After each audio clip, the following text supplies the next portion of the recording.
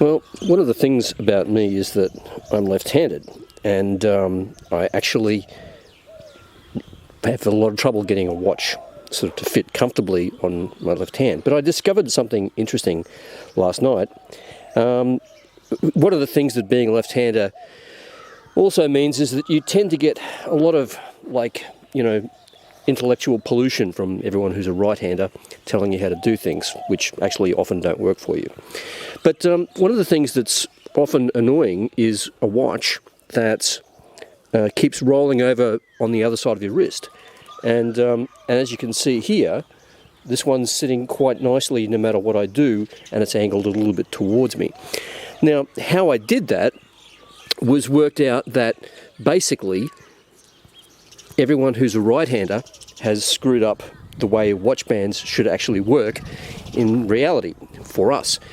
So one of the problems, as I see it, is that if you have a smaller wrist, like quite a good number of us do, when you actually do the watch up and have it sitting there in the angle that you want it to, the part of the band that's longest is going to go over the back side of your wrist, and that needs to actually be the longest part. And if you look at the way the watch is when it's done up now, this longer part at the back will prevent the watch from rolling around. Now, if it was that way, if I had the band the other way with the buckle on the top, it would want to do that on my wrist all the time, which I'm pretty sure all of you are pretty familiar with if you're left-handed with smaller wrists.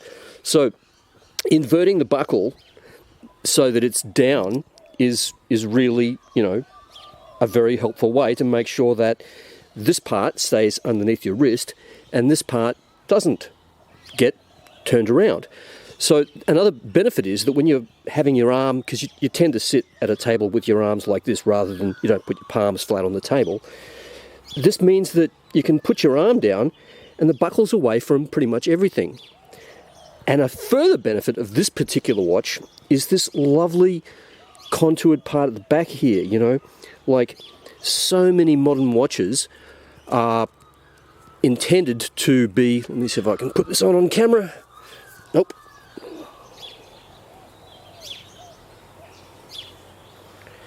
But I can say that when you're doing the buckle up as a left-hander now, with the buckle in this orientation, you can actually see what the hell you're doing much more easily, and then I can just thread the loops and hold it down, right? So that's great.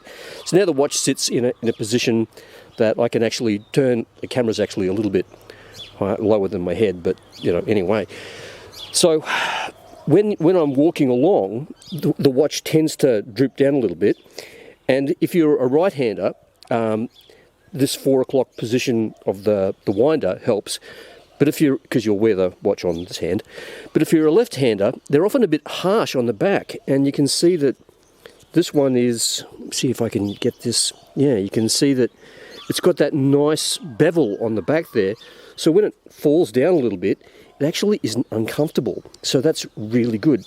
So that's another thing that I like about the KX and all of its features. This is my green one, which pretty much is my daily driver these days. Hope this was useful for you.